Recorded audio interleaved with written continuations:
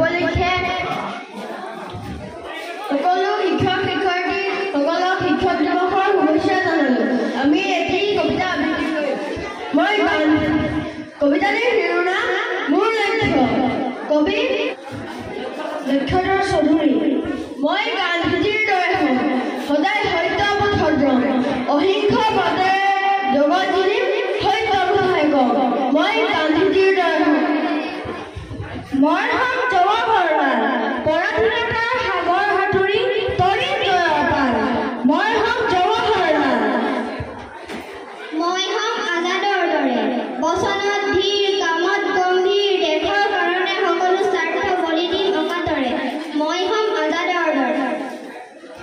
মই নেতাজী সুভাষ হম, বিপ্লৱৰ অগ্নি জ্বলাই জয় হিন্দেৰে মেদিনী কপাই পৰ্বত লংঘি সাগৰ নেওচি। মই নেতাজী সুভাষ হম। মই হম জয় প্ৰকাশ, নহম কাৰোৰে দাস, পৃথক বনোৱাৰ উন্নতি সাধিম, উচ্চ নিচৰ কৃপা উঘালিম, নিজৰ ভৰিত নিজে থিয় দিম, নকৰো পৰত আশ। মই হম জয় প্ৰকাশ। মই হম সৰজিনী, বিশ্ব বিজয়িনী, সুপ্ত ভাৰত জগাই তুলিম ঢালি সঞ্জীৱনী। মই হম সৰোজিনী।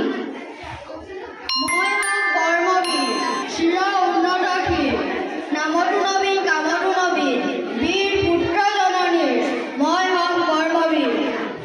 মই হম দেশভক্ত তৰুণ ৰাম, দেশৰ কাৰণে সকলো ত্যাগী যুঁজিম অবিৰাম, ৰাখিম দেশৰ নাম।